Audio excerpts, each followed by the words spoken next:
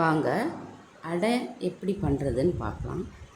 அதுக்கு 2 அழாக்கு இட்லி அரிசி, 1 அழாக்கு துவரம்பருப்பு, 1 அழாக்கு கடலப்பருப்பு, அப்புறம் 10 வரமிளகா போட்டு நல்லா களைஞ்சி ஒரு 3 தடவை நல்லா களைஞ்சிக்கோங்க. களைஞ்சி அதை நல்லா ஊற வச்சுக்கோங்க. 4 ஹவர்ஸ் ஊற வச்சுட்டுருங்க. ஊற வச்சுட்டு அதுக்கப்புறம் கிரைண்டரில் போட்டு கொஞ்சம் கொரன்னு இந்த அளவுக்கு கொரன்னு அரைச்சி ஒரு பாத்திரத்தில் அழித்து எடுத்துட்டுருங்க.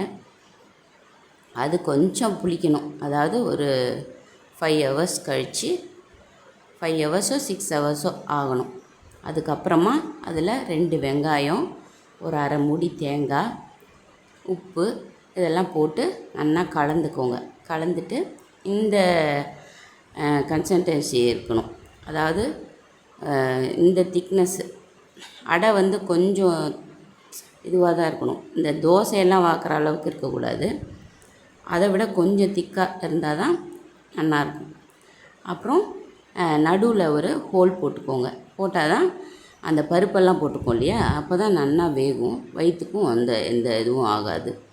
நல்லா 2 பக்கமும் நல்லா செவக்க விட்டு நல்லா முருகலாக நல்லா வரும். நான் சொன்ன அளவுக்கு நீங்கள் இதே மாதிரி போட்டிங்கன்னா நல்லா வரும். இந்த மாதிரி செஞ்சு பாருங்கள் அடைய.